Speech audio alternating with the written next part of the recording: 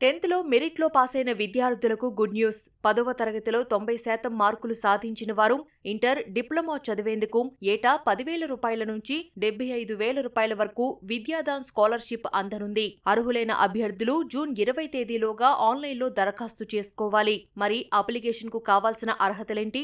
పరీక్షా విధానానికి సంబంధించిన పూర్తి వివరాలు ఇప్పుడు మీకోసం. చదువులో ప్రతిభ చూపిస్తూ ఆర్థికంగా వెనుకబడిన విద్యార్థులకు సరోజిని దామోదర్ ఫౌండేషన్ ఈ స్కాలర్షిప్ ను అందించనుంది. అర్హత విషయానికొస్తే 2025-26 విద్యా సంవత్సరంలో ఎస్ఎస్సి 90% మార్కులతో లేదా 9 CGPA పూర్తి చేసి ఉండాలి. అలాగే ప్రస్తుతం ఇంటర్ లేదా డిప్లొమా చదువుతున్న విద్యార్థులే ఉండాలి. ఒకవేళ విద్యార్థులు దివ్యాంగులై ఉంటే 75% లేదా 7.5 CGPA ఉంటే చాలు. కుటుంబ వార్షిక ఆదాయం 2 లక్షల లోపున్న విద్యార్థులే ఈ స్కాలర్షిప్ కు అర్హులు.